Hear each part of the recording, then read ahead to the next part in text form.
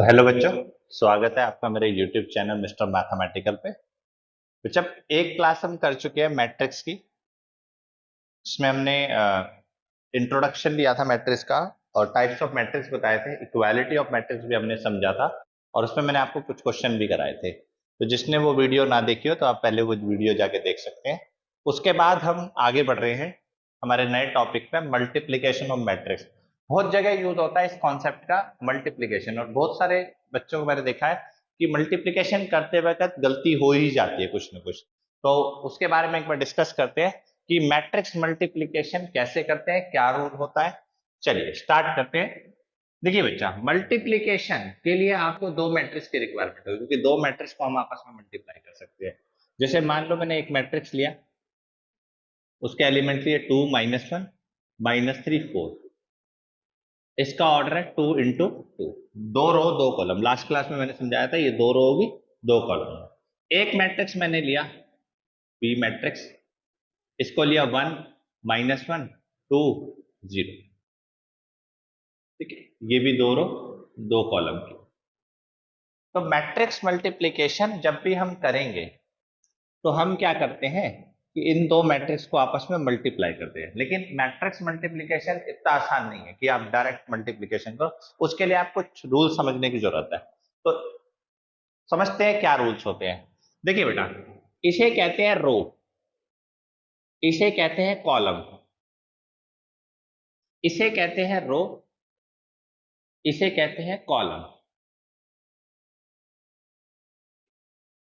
Matrix multiply करना है आपको तो आपको दो रूल समझने पड़ेंगे। सबसे पहला रूल नंबर वन कहता है, अगर आपको ए बी को मल्टीप्लाई करना है, ए को बी से, देखो ए को बी से मल्टीप्लाई करना है, बी को ए से मल्टीप्लाई करना है, बातें दोनों अलग है।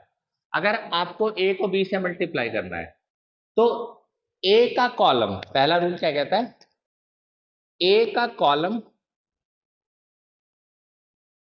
कॉलम ऑफ ए किसके इक्वल होना चाहिए, रो of B.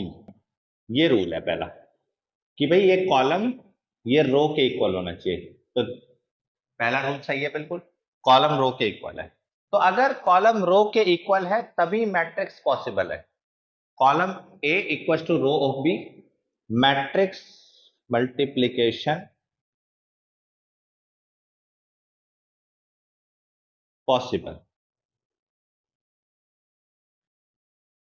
Rule number one यही होता है कि हम सबसे पहले ये चेक करते हैं कि क्या मैट्रिक्स मल्टीप्लिकेशन पॉसिबल है। बिल्कुल पॉसिबल है, कॉलम इसका रो इसकी दोनों इक्वल है। ठीक है, अब रूल टू हमें क्या बता देता है, रूल टू हमें ये बता देता है कि जब अगर मैट्रिक्स मल्टीप्लिकेशन पॉसिबल हो तो उसका जो ऑर्डर होगा, उस मल्टीप्लिकेशन का ऑर्डर होगा वो होगा row of A into column of B,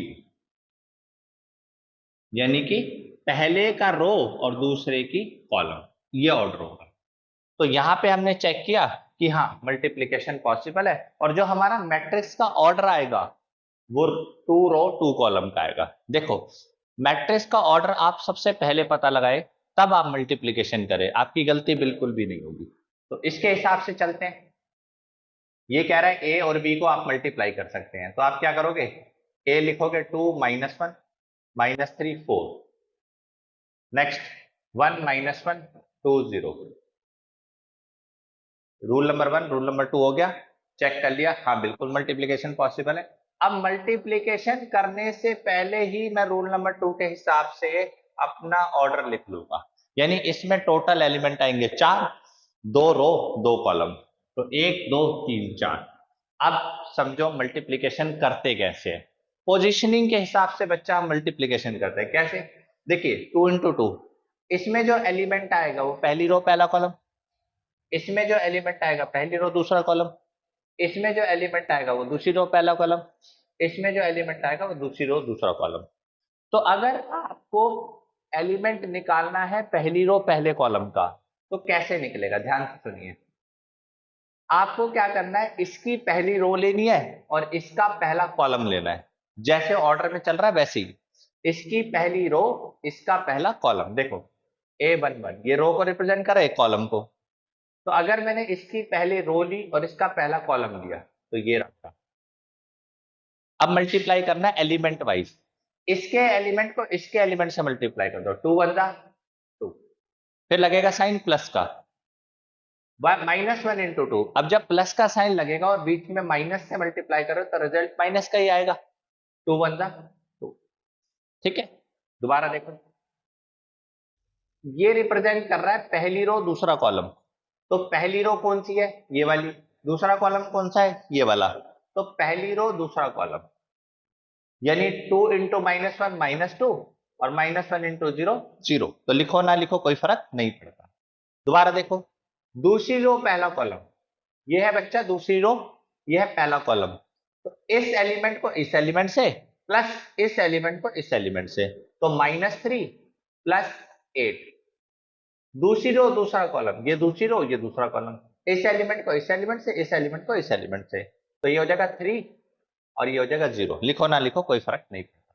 तो जो फाइनल आंसर आएगा वो आएगा 0 -2 5 3, और जो ऑर्डर आएगा वो 2 इंटू 2 का। ये आपकी मैट्रिक्स मल्टीप्लीकेशन थी 2 इंटू 2 की। आई होप आपको समझ आई होगी, नोट कर लीजिए इसको।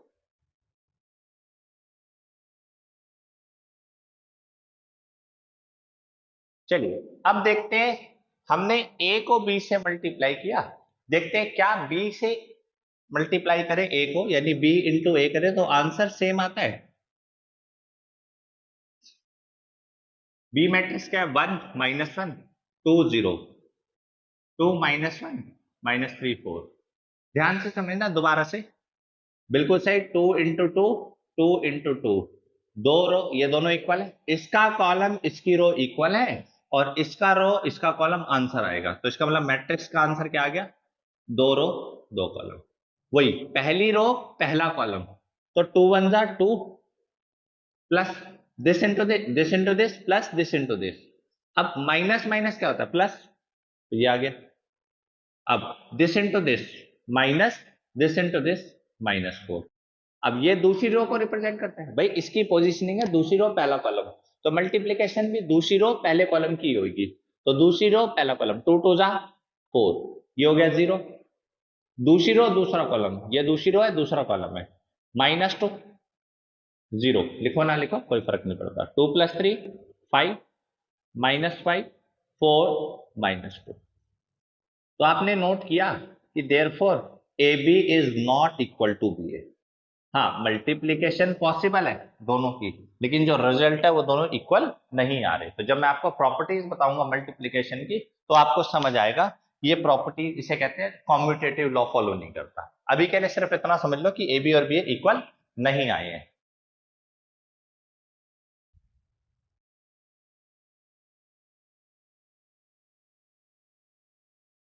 एक और क्वेश्चन देखते हैं। देखिए, multiplication of matrix is very important concept, क्योंकि अगर आप इनवर्स वगैरह करेंगे या आगे भी आप क्वेश्चंस करेंगे तो आपको मल्टीप्लीकेशन अगर आपकी गलत होगी तो बाकी का सॉल्यूशन सही नहीं हो सकता।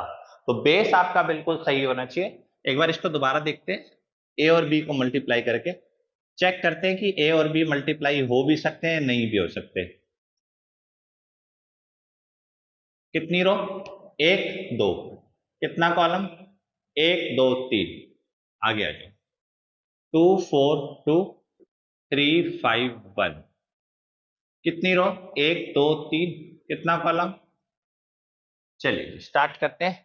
भाई पहले वाले का कॉलम और दूसरे वाले की रो इक्वल आ रहे हैं, तो इसका मतलब मल्टीप्लिकेशन पॉसिबल है, और जो फाइनल आंसर आएगा वो 2 रो 2 कॉलम का होगा।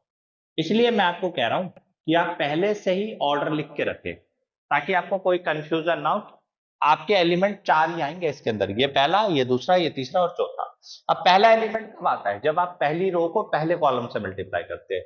तो देखिए आपकी पहली रो क्या है, 1 -2 3 की, और पहला कॉलम क्या है, 2 4 2 का।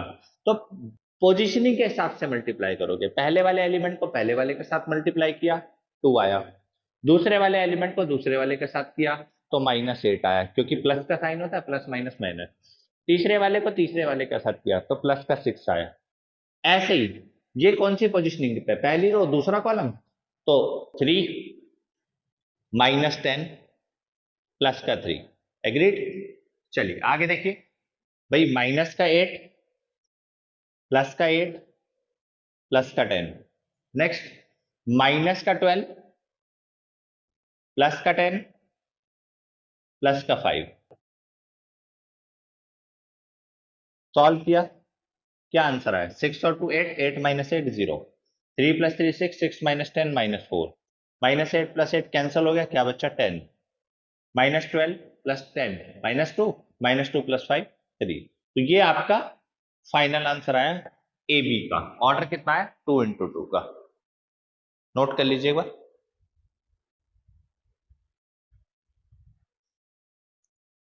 चलिए अगर आपको बी को ए से करना पड़े वो भी देखते हैं। बी मैट्रिक्स को ए मैट्रिक्स से करना पड़े, चेक करना पड़ेगा कि पॉसिबल है भी या नहीं है। 3 4 5 ये हो गया, 1 माइनस 2 3 माइनस 4 2 5। कितनी रो? 3 रो 2 कॉलम, 1 2 3 1 2। कितनी रो? 2 रो। कितना कॉलम? 3 कॉलम। तो भाई रूल क्या है? ये दोनों इक्वल होने चाहिए। ये दोनों इक्वल है, बिल्कुल इक्वल है। तो अगर इक्वल है तो इसका मतलब मल्टीप्लिकेशन पॉसिबल है। और जो आंसर आएगा वो ये आएगा, जो ऑर्डर आएगा, प्रोडक्ट का जो ऑर्डर आएगा वो आएगा 3 इंटू 3 का। लॉजिक क्लियर हुआ? चलिए जी, तो ऑर्डर पहले ही लिखना पड़ेगा हमारे को। तो इससे हमें अंदाजा हो जाएगा कि हमें 9 एलिमेंट्स निकालने हैं। पहली रो पहला कॉलम, पहली रो दूसरा कॉलम, पहली रो तीसरा कॉलम। तो पहली रो को पहले कॉलम से मल्टीप्लाई किया तो 2 1 2 माइनस 4 3 12। बीच में प्लस का साइन आता है, प्लस माइनस माइनस होता है। अब ये पोजीशनिंग पहली रो दूसरा कॉलम है, पहली रो ये रही, दूसरा कॉलम ये रहता। 2 2 4, 3 2 6, 2 3 6, 5 3 15। दूसरी रो पहला कॉलम, 4 1 4 माइनस 20, 4 2 8, 5 2 10। दूसरी रो तीसरा column, second row third column, 4 3 12, 5 5 25। Agreed? चलिए आगे।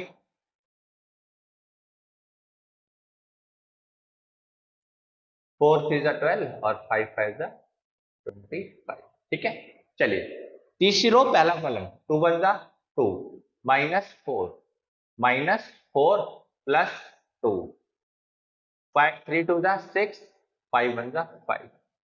सिंप्लीफाई किया, 2 माइनस 12 कितना? माइनस 10 कितना? 2, 21 minus 16 plus 2, 37 minus 2 minus 2 11। 3 row 3 column. क्या ए बी और बी ए इक्वल है? नहीं, A B is not equal to B ए।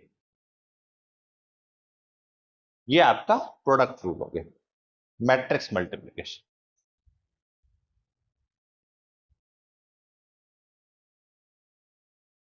चलिए एक बार इसमें देखते हैं कि क्या मल्टीप्लिकेशन पॉसिबल है। तो सबसे पहले ए बी को मल्टीप्लाई करने की सोचते हैं, तो ए का ऑर्डर लिख लिया करो ऐसे करके, 2 इंटू 2। फिर बी का ऑर्डर लिख लिया, 3 इंटू 1। क्या ये दोनों इक्वल है? नहीं है। तो therefore A B does not exist. A B does not exist, possible ही नहीं है। जब इसका कॉलम और इसकी रो इक्वल ही नहीं है तो रिजल्ट तो आएगा ही नहीं। चलिए इसके बाद बी ए भी चेक कर लेते हैं एक बार। बी कितना है? 3 इंटू 1 का। ए कितना है? 2 इंटू 2 का। क्या पॉसिबल है? बोलो नहीं, बिल्कुल नहीं। इसका कॉलम और इसकी रो इक्वल ही नहीं है, तो therefore B A does not exist. A B भी एग्जिस्ट नहीं करता, बी ए भी एग्जिस्ट नहीं करता। तो रूल के हिसाब से आपको चलना है कि एग्जिस्ट होगा तभी आप मल्टीप्लाई कर पाएंगे, अदरवाइज आप मल्टीप्लीकेशन नहीं कर पाएंगे। नोट कर लीजिए। चलिए बच्चा, एक्सरसाइज 3.1 का क्वेश्चन नंबर 1 देखिए। एनसीईआरटी बुक सॉल्व करें। अब हम हर एक क्वेश्चन को अच्छे से डिस्कस करेंगे, टाइम लगाएंगे, कॉन्सेप्ट समझेंगे, ताकि हमारे एग्जाम्स में वो क्वेश्चन गलत ना हो। पहला क्वेश्चन कह रहा है, आपको एक मैट्रिक्स दिया हुआ है, सबसे पहला पार्ट ऑर्डर बताना है। आइए ऑर्डर बताते हैं। तो बच्चा ए मैट्रिक्स का जो ऑर्डर होगा वो पहले टोटल रोज काउंट कर लो, कितनी है? 1। 2 3, टोटल 3 रोज है, क्योंकि हॉरिजॉन्टल वाली रोज होती है। कॉलम कितने, 1 2 3 4, टोटल 4 कॉलम है वर्टिकल वाली, ठीक है। 3 रोज 4 कॉलम, ये ऑर्डर हो गया। सेकंड पार्ट करें, कह रहे टोटल नंबर ऑफ एलिमेंट्स कितने हैं। मैंने आपको कॉन्सेप्ट में समझाया हुआ है कि टोटल नंबर ऑफ एलिमेंट्स निकालने का क्या तरीका होता है कि जो ऑर्डर होता है उसमें रो और कॉलम होते हैं, उनको आपस में मल्टीप्लाई कर दिया करो, 12। थर्ड पार्ट देखते हैं। थर्ड पार्ट में आपसे कुछ एलिमेंट फाइंड करने को बोल रहा है, कह रहा है A13 निकालो, A21 निकालो, A33, A24, A33, A24, A23, ये 5 एलिमेंट आपको वो निकालने को बोल रहा है। तो पहले वाला रो दूसरे वाली कॉलम, तो पहली रो तीसरे कॉलम का एलिमेंट देखो, पहली रो तीसरा कॉलम, ये एलिमेंट है 90। दूसरी रो पहला कॉलम, दूसरी रो पहला कॉलम, ये एलिमेंट है 35। तीसरी रो तीसरा कॉलम, तीसरी रो ये है थर्ड रो, और थर्ड कॉलम ये है थर्ड कॉलम, तो एलिमेंट कितना हो गया, -5। दूसरी रो चौथा column, second row fourth column, ये एलिमेंट है 12, ये एलिमेंट हो गया सेकंड रो फोर्थ कॉलम में। Next, second row third column, second row third column, ये एलिमेंट हो गया 5/2, ये एलिमेंट हो गया 5। तो देखो पहली वीडियो जो मैंने पोस्ट करी है चैनल पे, उससे आपको ऑर्डर और टोटल नंबर ऑफ एलिमेंट और ये एलिमेंट निकालने आ जाएंगे। तो जरा प्रीवियस पार्ट को भी देखिए, उससे आपका कॉन्सेप्ट स्ट्रांग होगा, फिर फर्दर हम क्वेश्चन कर पाएंगे। चलिए नोट कर लीजिए। क्वेश्चन नंबर 2 देखो क्या कह रहे हैं, एक बार क्वेश्चन पढ़ लो। If a matrix has 24 elements, then how many such matrix are possible. तो अगर एक मैट्रिक्स के पास 24 एलिमेंट्स है, तो आप बोलोगे टोटल नंबर ऑफ एलिमेंट्स कितना हुआ, 24।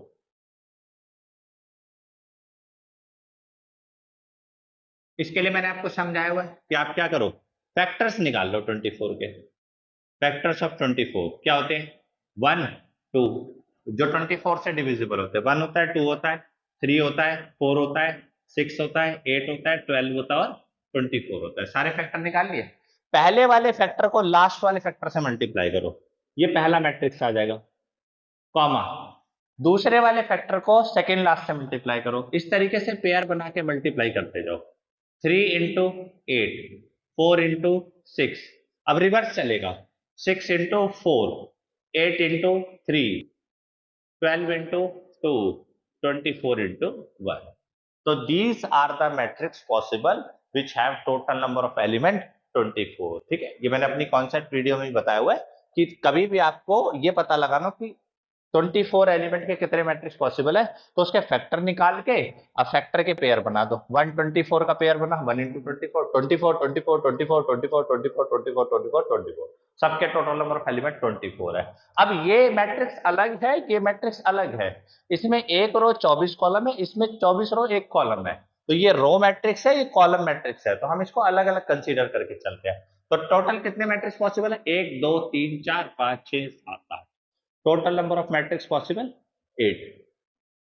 आपसे पूछा था हाउ मेनी मैट्रिक्स पॉसिबल, और ऑर्डर पेयर आपने बताई दिए, 8 मैट्रिक्स पॉसिबल है। इसी का वो बी पार्ट कह रहा है, ये ए पार्ट कह रहा है, इसी में अंदर एक और पार्ट कह रहा है कि सेम प्रोसेस 13 एलिमेंट्स के लिए कितना होगा। टोटल नंबर ऑफ एलिमेंट्स आपके पास कितने हैं, 13, और 13 के बारे में हम जानते हैं कि वो प्राइम नंबर है। तो जब आप फैक्टर्स निकालने जाओगे 13 के, तो आपको दो ही फैक्टर मिलेंगे, 1 और 13, ये दो फैक्टर मिले। अब कितने मैट्रिक्स पॉसिबल है, 1 इंटू 13 और 13 इंटू 1। तो टोटल नंबर ऑफ मैट्रिक्स कितने हो गए, total number of matrix with order pair 13 into 1 कितने हो गए, टोटल 2 हो गए। तो ये आपका कंप्लीट आंसर है, नोट कर लीजिए।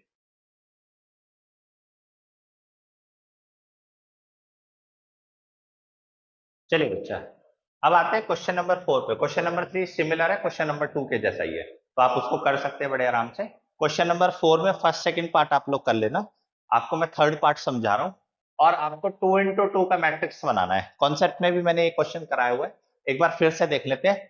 बच्चा देखिए 2 × 2 मैट्रिक्स का मतलब 2 रो 2 कॉलम। तो आपको एक मैट्रिक्स ऐसा क्रिएट करना है जिसमें 2 रो 2 कॉलम होंगी। तो बच्चा 2 रो 2 कॉलम, तो A11 A12 A21 A22 total 4 element, क्योंकि 2 × 2 4 होता है। अब मुझे इन चारों की वैल्यू निकालनी है। तो वैल्यू कैसे निकालेंगे, जहां पे आपको IJ नजर आ रहा है वहां आप दोनों जगह 1 लगा दो। तो जैसे ही आपने 1 लगाया तो 1 + 2 × 1 2 होल स्क्वायर अपॉन में 2, 2 + 1 कितना हुआ 3, 3 का स्क्वायर 9, 9/2। इसके अंदर एक काम किया करो, डायरेक्ट मल्टीप्लाई करके सिंपल रिजल्ट लिख दिया करो। यहाँ पे ब्रैकेट्स वगैरह लगा के कॉम्प्लेक्स मत बनाओ, इसको आराम से मल्टीप्लाई वहीं कर लो और फिर यहाँ पे लिखो फाइनल। तो मेरे पास A11 आ गया। नेक्स्ट मुझे निकालना है A12। 12 के लिए मुझे 1 यहाँ लगाना है। अब मैं क्या कह रहा था, डायरेक्ट मल्टीप्लाई कर दो, 2 2 जा 4, तो यहाँ पे 4 ही लिखो होल स्क्वायर। 4 + 1 कितना हो गया 5, 5 का स्क्वायर 25/2। तो ये 12 निकल गया। अब मुझे क्या निकालना है, A21 21, यानी यहाँ पे 2 मल्टीप्लाई होगा और यहाँ पे 1, 1 × 2 कितना 2, 2 + 2, 2 का स्क्वायर 2 + 2 4, 4 का स्क्वायर 16, आंसर कितना 16/2, 16/2 8 होता है। चलिए नेक्स्ट A22 कितना हो गया 2 प्लस 2 2 जा 4, 4 का स्क्वायर 4 + 2 कितना 6, 6 का स्क्वायर 36, 36 को 2 से डिवाइड करेंगे कितना का 18। तो ये आपके पास 4 एलिमेंट आ चुके हैं। तो देयरफॉर जो आपका 2 × 2 का मैट्रिक्स बनेगा वो क्या बनेगा, A11 ये रहा 9/2, A12 ये रहा 25/2, A21 8, A22 18। जब आप सब्स्टिट्यूट करें वैल्यूज तो बड़े ध्यान से करें, तभी मैं पहले A11 A12 लिख देता हूं ताकि कहीं इधर उधर गलत ना पुट हो जाए। पोजीशनिंग के हिसाब से अपनी वैल्यूज पुट करनी है। तो this is the final answer, note कर लीजिए।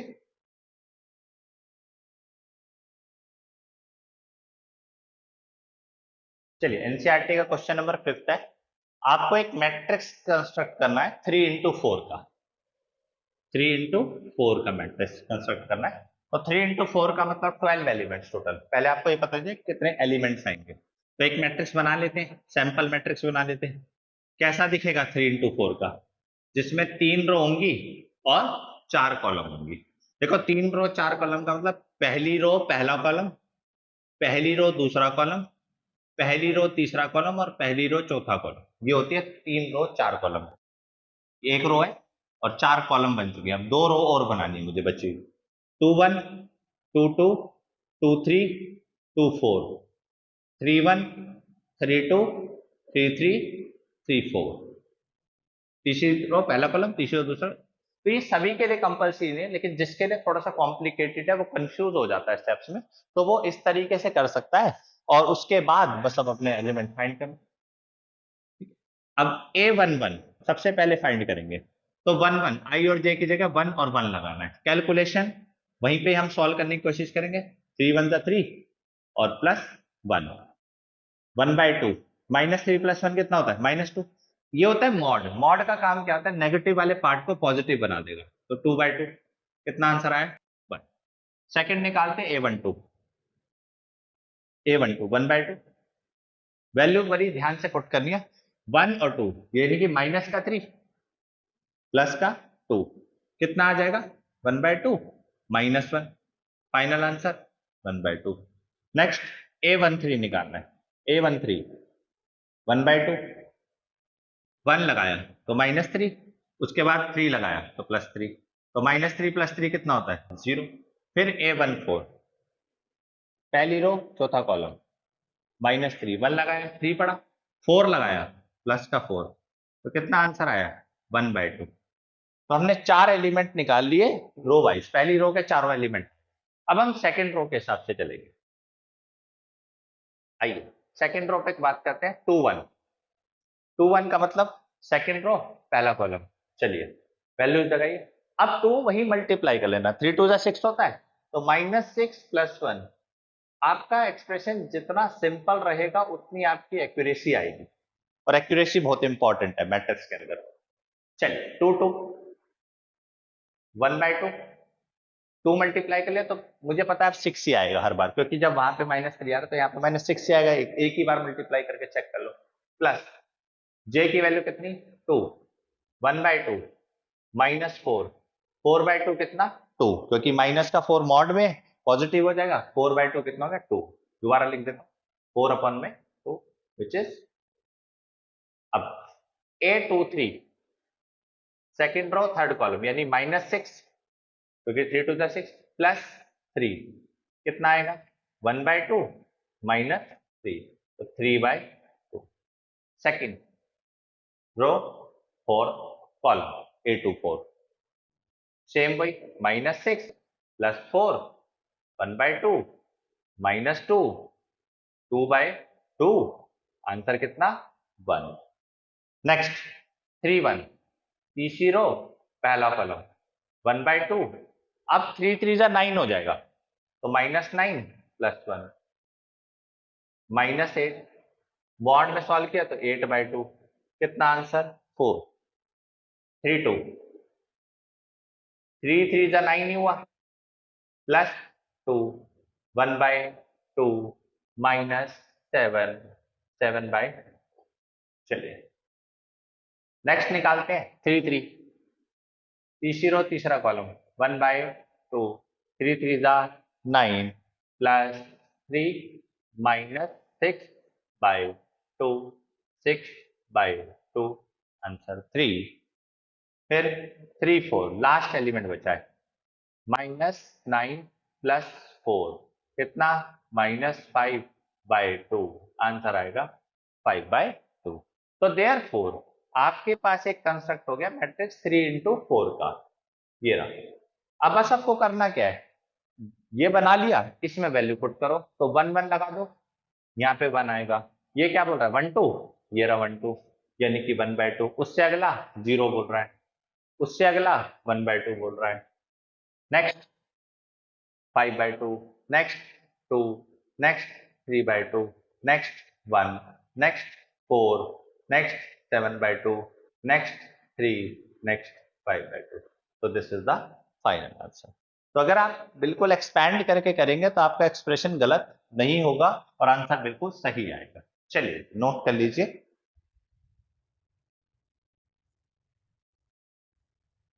चलिए बच्चा, इसका सेकंड पार्ट आप लोग कर लीजिएगा फिफ्थ का। अब सिक्स्थ का मैं आपको थर्ड पार्ट बता रहा हूं, और अगर आप ध्यान से देखिए तो इक्वालिटी का कॉन्सेप्ट है क्वेश्चन। अगर आप ध्यान से देखें तो इक्वालिटी का कॉन्सेप्ट है, और इक्वालिटी का कॉन्सेप्ट क्या कहता है, दो मैट्रिक्स तभी इक्वल हो सकते हैं जब उनके ऑर्डर इक्वल हो। इसके ऑर्डर चेक कर लेते हैं, 1 2 3, 3 रो 1 कॉलम। बच्चा ये पूरा एक एलिमेंट काउंट होगा क्योंकि ये ऐड में है, तो इसलिए इसको एक कॉलम बोलेंगे। यहाँ पे देखो 3 रो 1 कॉलम, तो अगर 3 रो 1 कॉलम 3 रो 1 कॉलम दे रहा है, इसका मतलब है कि इक्वालिटी तो पॉसिबल है। अब अगर इक्वालिटी पॉसिबल होती है तो कॉन्सेप्ट ये कहता है कि जो पहला एलिमेंट होगा वो पहले एलिमेंट के इक्वल हो जाएगा, जो दूसरा एलिमेंट होगा वो दूसरे के इक्वल हो जाएगा, जो तीसरा होगा वो तीसरे के इक्वल हो जाएगा। यानी x + y + z इक्वल हो जाएगा 9 के, इक्वेशन नंबर 1 बन गई। x + z इक्वल हो जाएगा 5 के, इक्वेशन नंबर 2 बन गई। और y + z इक्वल हो जाएगा 7 के, इक्वेशन नंबर 3 बन गई। ठीक है, बस अब आपको क्या करना है, इक्वेशन नंबर 1 दिया, 2 दिया, 3 दिया। अगर मुझे किसी भी वेरिएबल की वैल्यू निकालनी है तो मैं एक काम करता हूँ 1 - 2 कर देता हूँ। क्यों कर रहा हूँ मैं 1 - 2, क्योंकि x से x कट जाएगा, z से z कट जाएगा, y की वैल्यू आ जाएगी। तो x + y + z -x - z, ये हो गया LHS माइनस। अब RHS माइनस करेंगे तो 9 - 5। कोई बच्चा कहता है सर आप x + z की वैल्यू यहाँ पे डाल दो क्वेश्चन नंबर 1 में, तब भी y की वैल्यू कर सकते हो, कैसे भी कर सकते हो, आपका आंसर आना चाहिए सही। x से x कट गया, z से z कट गया, y की वैल्यू कितनी आ गई 4। चलिए आगे बढ़ते हैं। अब आपको क्या करना है, फर्स्ट माइनस सेकंड क्या था, फर्स्ट माइनस थर्ड कर लो। फर्स्ट माइनस थर्ड करिए, तो x + y + z -y - z equals to 9 - 7। y से y कट गया, z से z कट गया, क्या बचा x, 9 - 7 कितना आ गया 2। x की वैल्यू आ गई, y की वैल्यू, इसको इक्वेशन नंबर 1 में पुट कर दो। पुट इन 1, जरूरी नहीं कहीं भी पुट कर सकते हो आप, इक्वेशन नंबर 2 में पुट करके निकाल सकते हो 3 में, आपको तो z की वैल्यू निकालनी है। अगर मैं 1 में पुट करता हूं तो x की वैल्यू 2 आ गई, y की वैल्यू 4 आ गई, z की 2 + 4 कितना होता है 6, प्लस का 6 उधर जाके माइनस का 6, तो जेड की वैल्यू कितनी आ गई? 3 आ गई। तो ये आपके आंसर आ गया। ये इक्वालिटी का कॉन्सेप्ट था।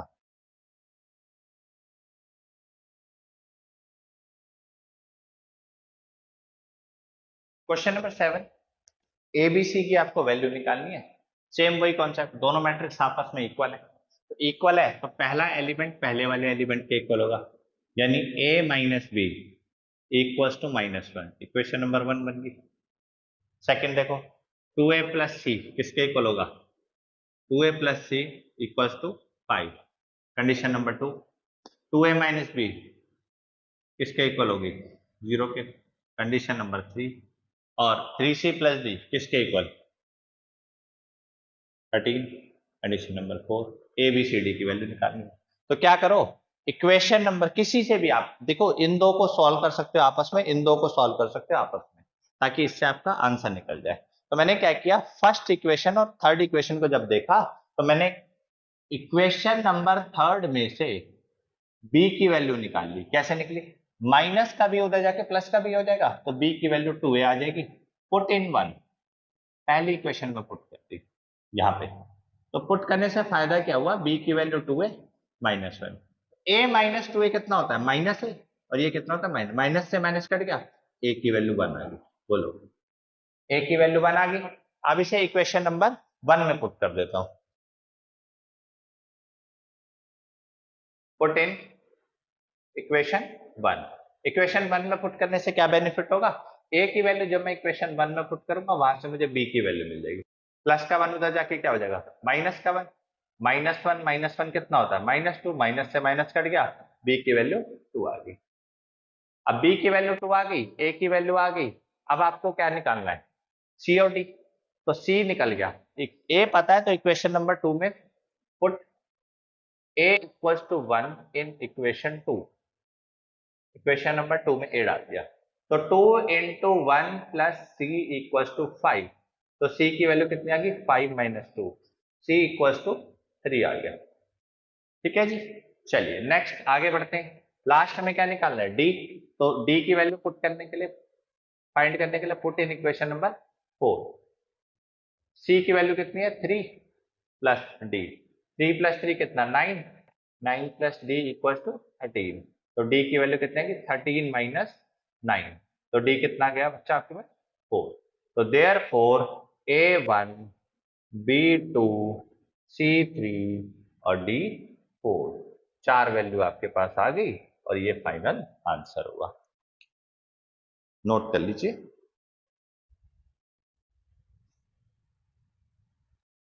क्वेश्चन नंबर 8 कह रहा है A matrix aij m cross n is a square matrix if. ये स्क्वायर मैट्रिक्स है कब? तो बच्चा एक बात ध्यान रखना, स्क्वायर मैट्रिक्स ऐसे मैट्रिक्स होते हैं जिनमें रो और कॉलम सेम होते हैं। तो स्क्वायर मैट्रिक्स की कंडीशन क्या होती है? रो और कॉलम सेम होते हैं। स्क्वायर मैट्रिक्स कह लो, डायगोनल मैट्रिक्स कह लो, इसका ऑर्डर में अगर हम देखें तो m इजिकल टू n। तो इसमें जोन सा ऑप्शन आपको m इजिकल टू n का आंसर नजर आ रहा है, वही आंसर सही है। तो एक कंडीशन है आपकी स्क्वायर मैट्रिक्स की, m किसके इक्वल हो गया? n के इक्वल। ठीक है, चलिए बच्चों क्वेश्चन नंबर 9 देखते हैं।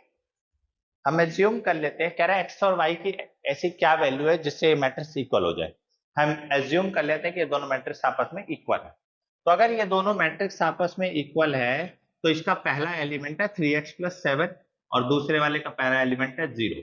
तो इससे हम क्या कर देते हैं, x की वैल्यू निकालते हैं, -7/3, यानी कि आपका आंसर x की वैल्यू -7/3। ठीक है, नेक्स्ट हम कंपेयर करते हैं इसके सेकंड एलिमेंट को इसके सेकंड एलिमेंट के साथ। जब मैं सेकंड एलिमेंट को सेकंड एलिमेंट के साथ कंपेयर करता हूं, तो -2 इधर आके क्या हो जाएगा? +2। तो y की वैल्यू क्या आ जाएगी? 7 आ जाएगी। ठीक है, मेरे पास x की वैल्यू आ गई, y की वैल्यू। लेकिन अभी हमारे पास, क्योंकि ये इक्वल नहीं था, इसलिए मुझे हर एलिमेंट को दूसरे एलिमेंट के इक्वल रखना पड़ रहा है। अगर ये इक्वल होता तो मुझे बार बार चेक नहीं करना पड़ता। मेरी दो यहाँ पे अननोन वेरिएबल है, एक x और एक y, आ गया आंसर, फाइनल आंसर। लेकिन ये इक्वल नहीं है, तो मुझे हर बार चेक करना पड़ेगा। ठीक है, y + 1 को किसके इक्वल रखा? 8 के इक्वल रखा। ठीक है। 8 माइनस 1 कितना आ गया 7।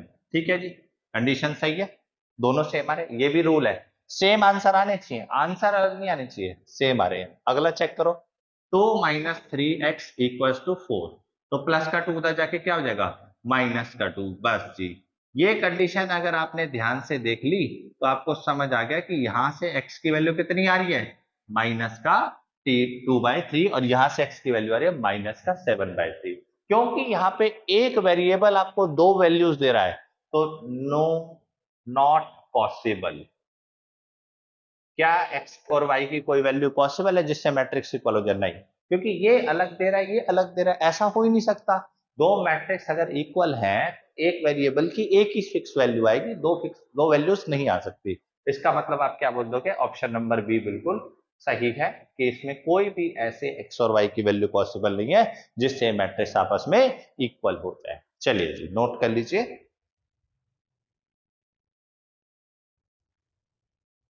चलिए क्वेश्चन नंबर 10, ये हल्का सा क्वेश्चन आपका घुमाता है आपको, हर बच्चे को एक बार में समझ नहीं आता, हर बच्चे को समझ नहीं आता, तो देखते हैं क्या कह रहा है। How many matrix are possible 3 into 3 order. ये वो वाला क्वेश्चन नहीं है जो हमने करा था कि भाई एलिमेंट दिए होते थे और आपको ये पता लगाना पड़ता था कितने मैट्रिसेस पॉसिबल है। ये क्वेश्चन अलग है, वो कह रहा है 3 into 3 के कितने मैट्रिक्स पॉसिबल है जिनके अंदर आप एंट्री डाल सकते हैं 0 और 1। चलिए जी, इसका मतलब आप 0 भी डाल सकते हैं, 1 भी डाल सकते हैं, 0 और 1 के कॉम्बिनेशन में डाल सकते हैं, क्योंकि 0 और 1 बोल रहा है, तो 0 भी डाल सकते हो, 1 भी डाल सकते हो।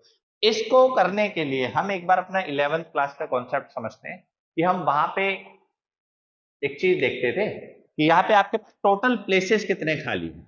अगर मैं आपसे बोलूं कि टोटल नंबर ऑफ एलिमेंट्स कितने पॉसिबल है, पहले आप तो ये बताओगे टोटल नंबर ऑफ एलिमेंट्स कितने हैं, तो आप बोलोगे टोटल नंबर ऑफ एलिमेंट्स है 3 into 3, 9 एलिमेंट्स है।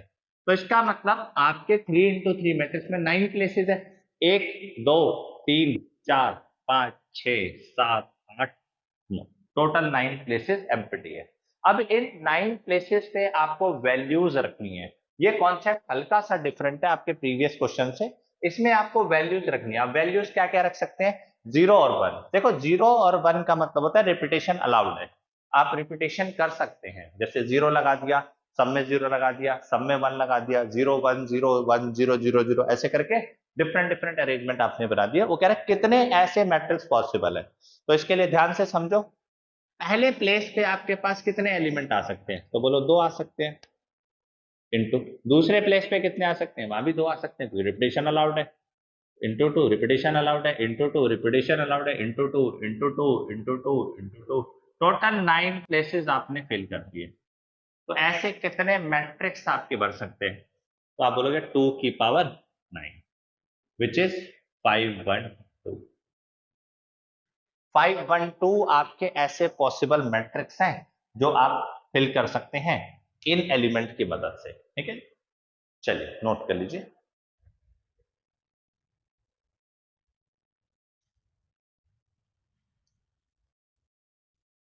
चलिए बच्चा, ये कॉन्सेप्ट आपका कंप्लीट हो चुका है और आपकी एक्सरसाइज 3.1 भी कंप्लीट होगी। सारे क्वेश्चन मैंने आपको करा दिए अच्छे से। ठीक है, सॉल्यूशन को ध्यान से देखिए और कॉन्सेप्ट अपना स्ट्रॉन्ग करिए। आगे बढ़ते हैं, आज हम इसके आगे क्या कॉन्सेप्ट पढ़ने वाले हैं, एडिशन ऑफ मैट्रिक्स। अगला टॉपिक आपका है एडिशन ऑफ मैट्रिक्स, और एक टॉपिक और पढ़ेंगे multiplication of matrix bye scalar quantity इसके बाद। देखिए एडिशन ऑफ मैट्रिक्स का मतलब क्या होगा, दो मैट्रिक्स को ऐड करना। तो भाई दो मैट्रिक्स को ऐड करने के लिए भी कुछ रूल होते हैं, आप मल्टीप्लीकेशन भी विदाउट रूल नहीं कर सकते, एडिशन भी विदाउट रूल नहीं कर सकते, सब्ट्रैक्शन भी विदाउट रूल नहीं कर सकते। ठीक है जी, इक्वालिटी में भी रूल हुआ करता था। इक्वालिटी का क्या रूल होता था कि एक मैट्रिक्स का ऑर्डर दूसरे मैट्रिक्स के ऑर्डर के इक्वल होगा। मल्टीप्लीकेशन का रूल क्या होता था कि पहले मैट्रिक्स का कॉलम दूसरे मैट्रिक्स की रो, वो दोनों आपस में इक्वल होनी चाहिए, और जो आंसर आएगा वो पहले मैट्रिक्स का रो और दूसरे मैट्रिक्स की कॉलम का ऑर्डर का आंसर आएगा। ठीक है, ये मल्टीप्लीकेशन का रूल हुआ करता था। अब हम पढ़ रहे हैं एडिशन ऑफ मैट्रिक्स। तो बच्चा जो इक्वालिटी का रूल होता है वही एडिशन का रूल होता है। दोनों में सेम रूल रखते हैं कि ऑर्डर सेम होना चाहिए, जिस पोजीशन का एलिमेंट होगा वो दूसरे उसी पोजीशन के एलिमेंट के साथ ऐड होगा। जैसे एक छोटा सा एग्जांपल लेते हैं। मैंने आपको बोला एक मैट्रिक्स है 2 into 3, 2 रो 3 कॉलम, 1 2 रो 3 कॉलम, 5 4 5 -2 0 2 -3, 2 रो 3 कॉलम का। एक और मैट्रिक्स है बी मैट्रिक्स, ये भी 2 रो 3 कॉलम का है। ऑर्डर सेम होना चाहिए, अगर ऑर्डर सेम नहीं है तो आप ऐड नहीं कर सकते। 5 6 -6 -3 -2 0 4, ये मैंने आपके सामने दो मैट्रिसेस दिए। अब मुझे a प्लस बी निकालना है, तो सिंपल सी बात है, मैं पोजीशनिंग के हिसाब से चलूंगा। भाई 4 और 5 ये दोनों ऐड हो जाएंगे, a11 ऐड होंगे, a12 है a12 से ऐड होगा, ये a12 ही देगा, a12 से ऐड होके a12 ही देगा, a13 से ऐड होके a13 ही देगा, a21 से ऐड होके a21 ही देगा, a22 से ऐड होके a22 देगा, a23 से ऐड होके a23 देगा, और ऑर्डर भी सेम रहेगा, second row third column. Simple सी बात, order will remain the same. 4 + 5 कितना हो गया? 9 -1 -5 -2 2 1, तो आपका आंसर क्या आ गया? 2 into a plus B. I hope आपको समझ आया होगा। एडिशन का रूल, इक्वालिटी का रूल सेम है, जो एलिमेंट जिस एलिमेंट से ऐड होगा उनकी पोजीशन सेम होनी चाहिए। चलिए जी, इसको नोट कर लीजिए।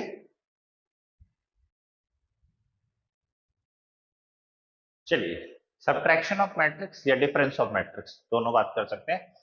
ये कैसे लगेगा? अगर डिफरेंट ऑफ मैट्रिक्स पूछा है, डिफरेंस ऑफ मैट्रिक्स, तो a - b या b - a कुछ भी निकाल सकते हैं। सेम रूल, जैसे एडिशन का रूल, इक्वालिटी का रूल, वैसे ही इसका भी रूल सेम है सब्ट्रैक्शन। सब्ट्रैक्शन में मैं आपको एक छोटा सा सजेशन दूंगा कि आप एक काम करिए, पहले आप ए मैट्रिक्स लिख दीजिए। एडिशन में तो आप डायरेक्ट एडिशन कर सकते हैं, कोई दिक्कत नहीं आएगी, माइनस लगा दीजिए। अब आप बी मैट्रिक्स लिख दीजिए।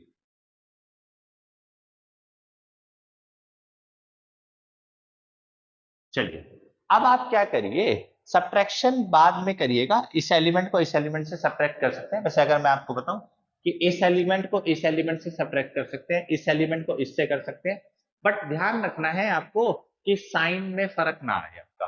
तो इसके लिए मैं आपको क्या सजेस्ट करता हूं कि आप ये मैट्रिक्स एज इट इज लिख दीजिए, कोई दिक्कत नहीं। 4 5 -2 0 2। अब यहाँ प्लस लगा दीजिए। क्यों मैं प्लस लगवा रहा हूं? ताकि आप पहले साइन चेंज कर लो, फिर आप ऐड और सब्ट्रैक्ट करो। क्योंकि साइन चेंज करने में बच्चों को बहुत गलती होती है, बच्चे ना साइन नहीं चेंज करते और डायरेक्ट सब्ट्रैक्ट कर लेते हैं। जैसे एक छोटा सा एग्जांपल देता हूँ कि कुछ बच्चों को मैंने देखा, ऑब्जर्व करा, -3 और 4 1 लिख देते हैं, जबकि इसका आंसर -7 आएगा, क्योंकि सब्ट्रैक्शन भी हो रहा है और फिर -3 -4 ऐड भी हो रहे हैं। चलिए जी, तो क्या करा, इसके लिए एक छोटा सा कॉन्सेप्ट समझाता हूं कि ये -1 है। कभी भी मैट्रिक्स के बाहर आपका कोई भी स्केलर क्वांटिटी हो, चाहे वो प्लस की हो, चाहे वो माइनस की हो, +2 हो -2 हो, इसके लिए चलो एक काम करता हूं, मैं आपको समझा देता हूं। पहले multiplication bye scalar, multiplication bye scalar. अब स्केलर में आपके पास कोई भी वैल्यू आ सकती है, +1 -1 +2 -2, एनीथिंग एनीथिंग, ठीक है। तो इसका एक छोटा सा कंसेप्ट लेते हैं। मानो मैंने बोला ए मैट्रिक्स है 2 -2 3 -4, आपको निकालना है, फाइंड करना है माइनस का 3a मैट्रिक्स। तो इसे कहते हैं scalar multiplication, that you are multiplying a scalar quantity with this matrix. तो इसका रूल क्या होता है कि आपको पूरे के पूरे मैट्रिक्स में जितने भी एलिमेंट नजर आ रहे हैं, सबके साथ -3 मल्टीप्लाई कर दो। स्केलर मल्टीप्लीकेशन का मतलब होता है कि जो आपके आगे स्केलर लगा हुआ है मैट्रिक्स के आगे, उसको सभी एलिमेंट्स के साथ मल्टीप्लाई कर दो। यानी 3 2 -6, minus minus plus, 3 2 6, -9, minus minus plus, ये आ गया 12। तो this is the concept of multiplication bye a scalar quantity. Same concept हम यहां भी लगा सकते हैं। हम -1 को स्केलर क्वांटिटी मान लेते हैं और सारे एलिमेंट के साथ मल्टीप्लाई कर देते हैं, यानी उनके साइन चेंज कर लेते हैं। प्लस का माइनस में हो जाएगा, माइनस का प्लस में हो जाएगा, प्लस का माइनस में हो जाएगा, माइनस का प्लस में हो जाएगा, ये माइनस था प्लस, जीरो, ये प्लस है तो माइनस में, एग्रीड। अब देखिए, अब आपको एडिशन करना आसान होगा क्योंकि बीच वाले का साइन प्लस का है, उसको इग्नोर कर सकते हैं। 4 माइनस 5 कितना हो गया, -1। 5 प्लस 6 कितना हो गया, 11। -2 प्लस 3 कितना हो गया, 1। 0 प्लस 2 कितना हो गया, 2। और 2 प्लस 0 कितना हो गया, 2। और -3 -4 कितना हो गया, -7।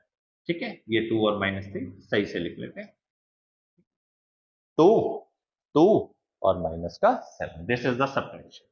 तो ये आपका स्केलर मल्टीप्लिकेशन का कॉन्सेप्ट भी समझा दिया मैंने आपको, और साथ में आपको मैंने सब्ट्रैक्शन ऑफ मैट्रिक्स भी समझा दिया। तो जो डायरेक्ट कर सकता है, इफ यू आर कैपेबल, आराम से करिए, कोई दिक्कत नहीं है।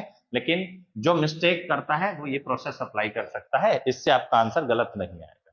चलिए नोट कर लीजिए।